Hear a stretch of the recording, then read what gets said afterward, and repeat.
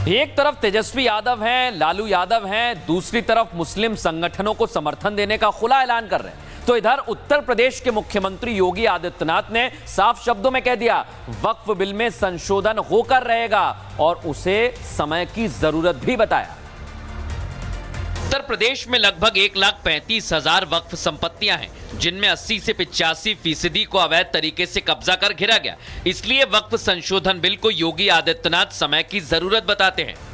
वक्फ के नाम पर आखिर कितना जमीन कब्जा करोगे? दूसरा, वक्फ के नाम पर एक भी कोई इन्होंने वेलफेयर का काम किया हो, एक भी नहीं आप गिना सकते। सरकारों पर यही दबाव बना करके ब्लैकमेलिंग लोग करते थे। इन्होंने वक्फ के नाम पर तमाम प्रकार के उल जलूल फैसले लिए हैं कि आप किसी भी प्रॉपर्टी को कब्जा कर लेंगे, आप किसी भी स्थल को कब्जा कर लेंगे, किसी भी सार्वजनिक भूमि पे कब्जा कर लेंगे। वक्फ संशोधन अधिनियम इसको समयबद्ध तरीके से आगे बढ़ना चाहिए और मुझे लगता है देश के हित में भी होगा, मुसलमानों के हित में भी होगा। योगी एक तरफ जहां बिल में संशोधन को गरीब मुसलमानों के हित से जुड़ा हुआ बता रहे हैं, तो मौलाना इसके खिलाफ खड़े हो गए। जमीयत उलेमाए हिंद के अध्यक्ष मौलाना सैयद अरशद मदनी इस बिल का खंडन कर रहे हैं। विरोधी भी इसे संविधान के खिलाफ करार देने से पीछे नहीं हट रहे हैं। देश के असंख्य करोड़ों करोड़ों बच्चे वह बोर्ड की जो प्रॉपर्टी है, उससे जो आमदनी आती है, उससे उनकी पढ़ाई लिखाई होती है, उनको खाना मिलता है, कपड़ा मिलता है, रहने के लिए, पढ़ने के लिए किताबें मिलती हैं। ये भारतीय संविधान के प्रेमबिल, जो भारतीय संविधान की आत्मा है, उसके प्रोविजन के पूरी तरह से अगेंस्ट है। सभी समाजवादी पार्टी के लोग इसका विरोध करेंगे। लेकिन बीजेपी लगातार ये कह रही है कि इस बिल में संशोधन से गरीब मुसलमानों का कल्याण होगा और वक्फ बोर्ड की दादागिरी खत्म होगी। जो प्रोटेस्ट कर रहे हैं वह प्रयोजित है, चाहे वो कांग्रेस प्रयोजित हो, चाहे सपा प्रयोजित हो, चाहे भाजपा विरोधी दलों के द्वारा प्रयोजित हो, लेकिन उससे कुछ नहीं होगा। ये देश के 90% मुसलमानों की भलाई के लिए वक्फ बोर्ड संशोधन बिल आ रहा है। तो वक्फ अमेंडमेंट एक्ट 2024 जो आया, ये आम पिछड़े गरीब पासमानदा मुसलमानों के लिए एक बहुत बड़ी सौगात है। विपक्ष ये नहीं चाहता, कुछ दल, कुछ नेता ये नहीं चाहते कि मुस्लिम समाज तरक्की की तरफ बढ़े, मुस्लिम समाज अच्छी शिक्षा की तरफ बढ़े, मुस्लिम समाज रोजगार की तरफ बढ़े। वक्फ बोर्ड से जुड़े हुए जो विषय है वो तो पार्लियामेंट के बिजनेस से जुड़ा हुआ है। ज्वाइंट पार्लियामेंट्री कमेटी में ये विषय भेजा गया, सरकार और पार्लियामेंट फिर उस पर विचार करेगी। वक्फ बिल की लड़ाई अभी थमती नहीं दिख रही। उम्मीद यही की जा रही है कि यह बिल ईद के बाद सदन में पेश किया जाएगा, इसलिए सियासी सरगर्मियां तेज हैं। इधर एक और विवाद बड़ा होता जा रहा है, वो है वक्फ बोर्ड का वक्फ संशोधन बिल। लेकिन इसे लेकर अब तेजस्वी यादव मैदान में आ गए। बिहार में वक्फ संशोधन बिल का मुद्दा तूल पकड़ता जा रहा है। All India Muslim personal law board ने आज पटना के गर्दनी बाग में वक्फ संशोधन बिल को लेकर प्रदर्शन किया और इस धरना प्रदर्शन को लेकर लालू यादव और उनके बेटे तेजस्वी यादव का साथ मिला है। लेकिन इसके बाद सियासी सरगर्मियां बढ़ गई हैं, क्योंकि तेजस्वी यादव ने वक्फ को लेकर, मुसलमानों को लेकर बयान दे दिया।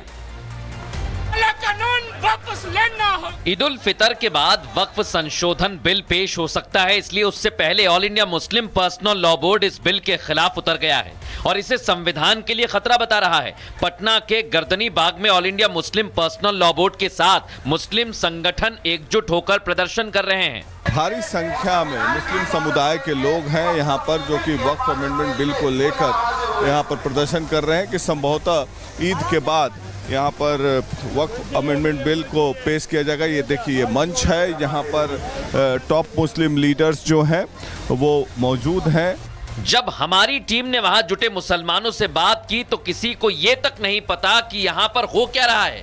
किसी ने हमारे संवाददाता के सवाल को टालने की कोशिश की तो किसी ने इसकी जानकारी होने से ही साफ इनकार कर दिया। हुकूमत जो है वक्फ जो हमसे छीनना चाह रही है, हम लोग इसे बयान नहीं देंगे, हमारे बड़े उनसे जाके बात कर लीजिए।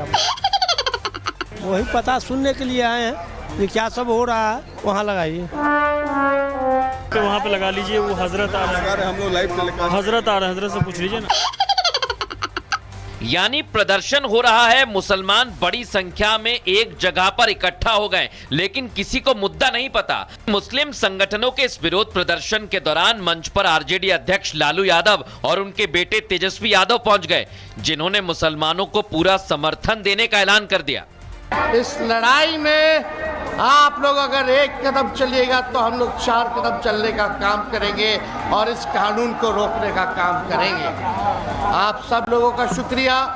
अगर एक होकर के हम लोग लड़े तो इंशाअल्लाह हम लोगों की जीत तय है और हम लोग संविधान को बचाने का काम करें। किसी भी कीमत पे नागपुरिया कानून को हम लोग लागू नहीं होने देंगे।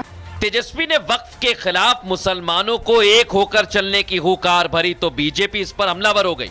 एक समुदाय को कहना एक रहोगे तो हम जीतेंगे, मतलब कि वक्फ का कानून आने नहीं देंगे, मतलब कि वक्फ की जो असीमित असंवैधानिक ताकतें हैं वो जारी रहेंगी। टीका को गाली देना सेकुलर है, टोपी लगाकर इफ्तार में जाना ये सेकुलर है, रामचरितमानस को अपमानजनक शब्द बोलना सेकुलर है, पर मुस्लिम समुदाय से कहना कि एक हो जाओ और वोट कर दो, ये सब जायज है। वक्फ संशोधन बिल को मुसलमान पास नहीं होने देना चाहते, नहीं चाहते कि वक्फ बोर्ड के मनमाने रवैये पर लगाम लगे, इसलिए ये प्रदर्शन हो रहा है, मुसलमानों को इकट्ठा किया जा रहा है। लेकिन तेजस्वी और लालू यादव का ये समर्थन बिहार विधानसभा चुनाव के लिए बड़ा दांव माना जा रहा है। एक तरफ तेजस्वी यादव हैं, लालू यादव हैं, दूसरी तरफ मुस्लिम संगठनों को समर्थन देने का खुला ऐलान कर रहे हैं। तो इधर उत्तर प्रदेश के मुख्यमंत्री योगी आदित्यनाथ ने साफ शब्दों में कह दिया, वक्फ बिल में संशोधन होकर रहेगा और उसे समय की जरूरत भी बताया। उत्तर प्रदेश में लगभग 1,35,000 वक्फ संपत्तियां हैं, जिनमें 80 से 85% को अवैध तरीके से कब्जा कर घिरा गया।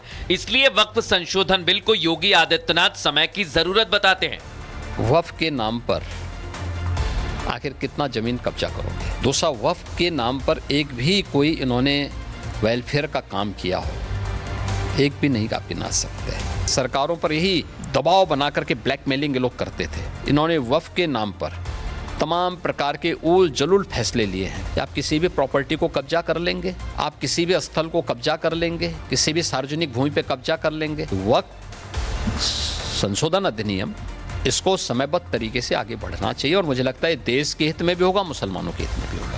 योगी एक तरफ जहां बिल में संशोधन को गरीब मुसलमानों के हित से जुड़ा हुआ बता रहे हैं, तो मौलाना इसके खिलाफ खड़े हो गए। जमीयत उलेमाए हिंद के अध्यक्ष मौलाना सैयद अरशद मदनी इस बिल का खंडन कर रहे हैं। विरोधी भी इसे संविधान के खिलाफ करार देने से पीछे नहीं हट रहे हैं। देश के असंख्य करोड़ों बच्चे वह बोर्ड की जो प्रॉपर्टी है उससे जो आमदनी आती है उससे उनकी पढ़ाई लिखाई होती है, उनको खाना मिलता है, कपड़ा मिलता है, रहने के लिए पढ़ने के लिए किताबें मिलती हैं। ये भारतीय संविधान के प्रेम बिल जो भारतीय संविधान की आत्मा है उसके प्रोविजन के पूरी तरह से अगेंस्ट है। सभी समाजवादी पार्टी के लोग इसका विरोध करेंगे। लेकिन बीजेपी लगातार ये कह रही है कि इस बिल में संशोधन से गरीब मुसलमानों का कल्याण होगा और वक्फ बोर्ड की दादागिरी खत्म होगी। जो प्रोटेस्ट कर रहे हैं वह प्रायोजित है, चाहे वो कांग्रेस प्रायोजित हो, चाहे सपा प्रायोजित हो, चाहे भाजपा विरोधी दलों के द्वारा प्रायोजित हो, लेकिन उससे कुछ नहीं होगा। ये देश के 90% मुसलमानों की भलाई के लिए वक्फ बोर्ड संशोधन बिल आ रहा है। तो वक्फ अमेंडमेंट एक्ट 2024 जो आया, ये आम पिछड़े गरीब पासमानदा मुसलमानों के लिए एक बहुत बड़ी सौगात है। विपक्ष ये नहीं चाहता, कुछ दल कुछ नेता ये नहीं चाहते कि मुस्लिम समाज तरक्की की तरफ बढ़े, मुस्लिम समाज अच्छी शिक्षा की तरफ बढ़े, मुस्लिम समाज रोजगार की तरफ बढ़े। वक्फ बोर्ड से जुड़े हुए जो विषय है वो तो पार्लियामेंट के बिजनेस से जुड़ा हुआ है। ज्वाइंट पार्लियामेंट्री कमेटी में ये विषय भेजा गया, सरकार और पार्लियामेंट फिर उस पर विचार करेगी। वक्फ बिल की लड़ाई अभी थमती नहीं दिख रही। उम्मीद यही की जा रही है कि ये बिल ईद के बाद सदन में पेश किया जाएगा, इसलिए सियासी सरगर्मियां तेज हैं।